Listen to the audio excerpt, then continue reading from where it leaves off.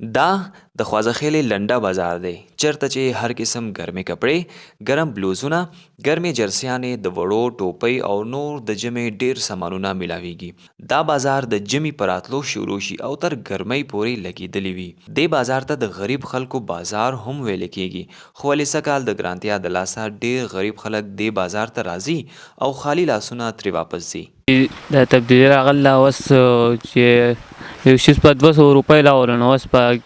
800 1100 داسې میلاویږي نو بس غریبي ده نو دا د بوټان ارزان میلاو نشو نه جي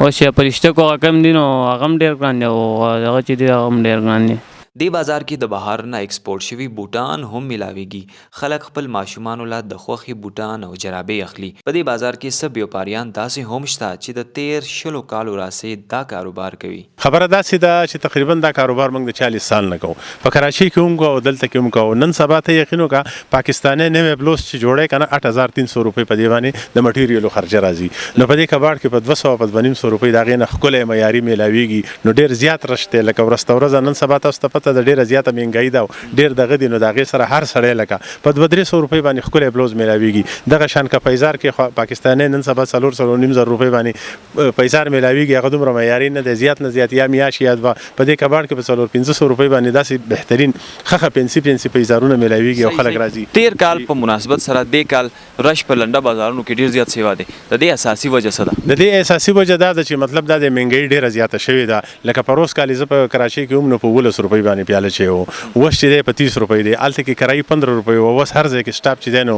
40 روپۍ دې بازار ته د لرې نه خلک په ارزان نرخ ګرم کپړې وغیره اغوستو دپاره راځي بعض خلک خپل شوق ترسره کولو دپاره په لنډه بازار کې ګرځي راګرځي او چکرې وهي دا لنډه بازار د خپل نوعیت یو منفرد لنډه بازار دی کوم بازار ته چې د ګرانتیا په دې وخت کې خلک ګوري نو هسې زړه ته تسکین میلاویږي